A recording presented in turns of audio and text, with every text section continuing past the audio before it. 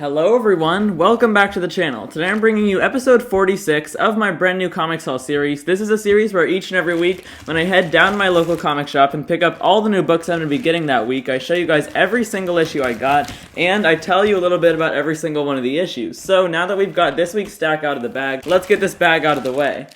Alright, now that that's all over, let's get right into this week's brand new comics haul. So we'll start it off with the most anticipated issue of the week as usual. This week, that's gonna have to go to Hulk issue number 2. So number 1 I actually did a single issue review for that did really well. You guys can check that one out if you want some more information about this series. And I actually gave it, I think, like a 7 out of 10 in that video because I liked the artwork. I really liked some of the writing and dialogue also, but the overall concept was a little confusing and also just like not as crazy and huge and bombastic as most of Donny Cates' work has been. He is the writer on this brand new ongoing series though. The artwork is by Ryan Ottley, which is super top notch. We've also got really good colors by Frank Martin on this series. This cover kind of describes it all though, where we see the Hulk's face, this visor that he's now had implanted on his face, and Bruce Banner like in the mindscape controlling Hulk. We'll see what this series leads into, really have no idea, but I'm excited to find out. Even if that first issue wasn't quite as good as I might have liked, I can't wait to see where it goes. So that's Hulk issue number 2, my most anticipated issue of the week. Alright, next up this week from Marvel Comics, I've got The Amazing Spider-Man. This is issue number 81, and as you can see on the cover here, this is crossing over with the Miles Morales Spider-Man series, which I'll get to in just a second. Peter Parker has been in a coma ever since issue number 75 or so, and since then Ben Reilly has completely taken over as Spider-Man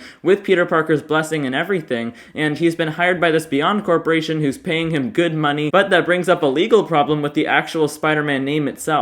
Miles Morales is presented here with his new costume and everything, but he's just as much Spider-Man as Ben Reilly, right? If you think of it just as Peter's blessing for them to be Spider-Man, they both have it. They should both be Spider-Man. But now that the Beyond Corporation has bought the official trademark of the name, they're going after Miles, so he's probably going to confront Ben Reilly. It should be them fighting, most likely also teaming up at the end, because that's how most of these hero versus hero battle issues go. So that's The Amazing Spider-Man issue number 81. And moving on this week, I've got Miles Morales Spider-Man issue number 33. So this is a Beyond tie-in. It says it on the cover and everything. So this should be mostly focusing on Miles himself instead of Ben Reilly. Maybe he'll make some sort of like co-appearance, I don't know. But it's looking like this really is just more of like an ongoing Miles story arc, progressing all of those ongoing threads, but also tying into Beyond in some interesting ways, of course dealing with that Spider-Man trademark stuff going on. Miles is one of my favorite comics these days anyways. Not too many people are buying it as far as I know. So I definitely recommend this series. It's nice, lighthearted, a lot of action, usually not too much dialogue. Sometimes that's a good thing, sometimes that's a bad thing,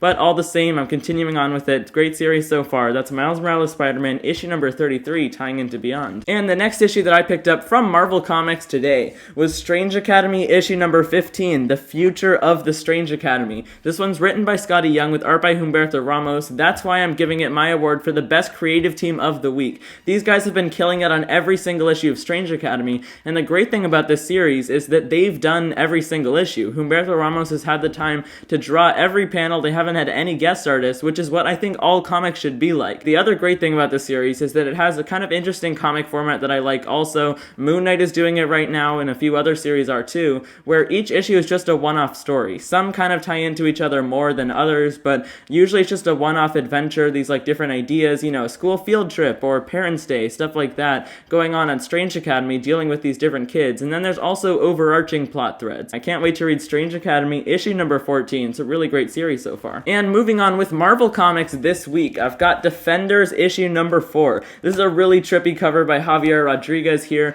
who also does the interior artwork, which has been really awesome so far. It's of course written by Al Ewing, and this is the penultimate issue of this series. I've really liked it so far. It has been a really long time since issue number 3 though, so I don't even remember like what the team was doing at the end of the last issue, but this miniseries overall has just been dealing with like the Marvel cosmic stuff, this Marvel history that we don't actually know too much about. The Marvel universe has been reincarnated many different times. Every like trillion years or whatever, I guess the Galactus figure, you know, Galactus the Devourer of Worlds, like destroys the universe and then goes into the next one and starts a brand new one, like a completely fresh take on the entire cosmos. So I'm excited to see how this wraps up in the next issue, but how we see it continued in issue number 4. That's Defenders number 4. And now the final issue that I picked up from from Marvel this week was X-Force number 26. I thought that 25 was going to be the last issue until it goes on its big hiatus, but I guess they're finishing up this storyline in issue number 26. This one is written by Benjamin Percy, as usual, and the art is by Robert Gill. So 25 I actually did like a lot. I did drop this from my pull list just because it hasn't been quite as good as it was at the beginning,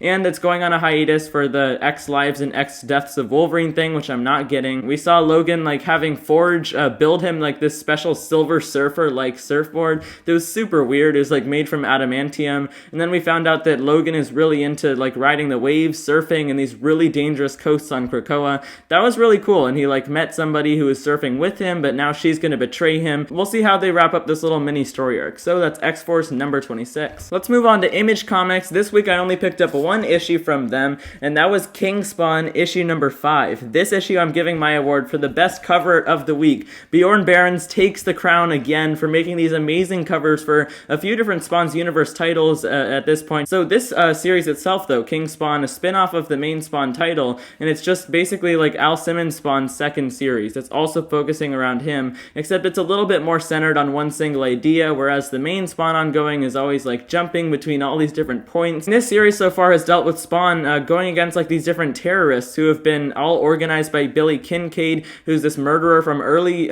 issues of Spawn who recently got resurrected. It's cool to see just a different take on Spawn after reading the regular ongoing for so many issues, with like all those huge like thought bubbles and stuff and captions representing what the characters are thinking and doing. So this is a lot more straightforward, a lot more modern when it comes to comics. So that's King Spawn issue number 5, best cover of the week easily. And the final issue that I picked up this week was from Boom Studios. I got BRZRKR issue number 6. At this point we're halfway through the series. It is only going to be 12 issues. Who knows how long they're going to take to actually release those 12 issues though. I think it's already been like maybe almost a year since this series started, and they've only put out 6 issues. So I actually really enjoyed the last issue of this series, which was number 5. I thought that it was a lot better than most of the issues that we've had before of BRZRKR, and that's because it focused mostly on the present. For like the first 4 issues, I think like 3 of them were all focusing around this main character whose name is B, and just his past. He's like 18,000 years old, if I'm getting that right. He might be even older than that. So he's been alive since like ancient times. He used to be part of this tribe,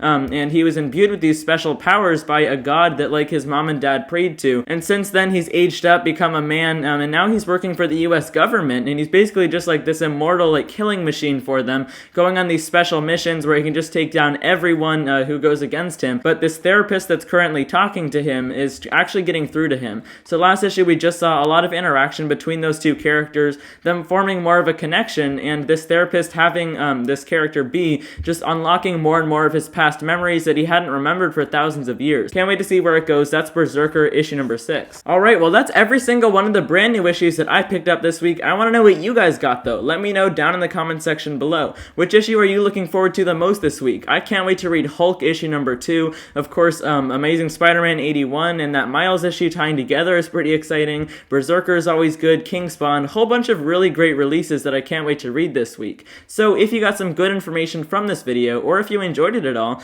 make sure to hit that subscribe button. That's the big red button which is sitting right below this video. You can also hit that notifications bell which is sitting right next to it. You'll be notified every single time I post a new video if you don't want to miss any. So that's everything from me for today. Thank you so much for watching everyone. Bye guys.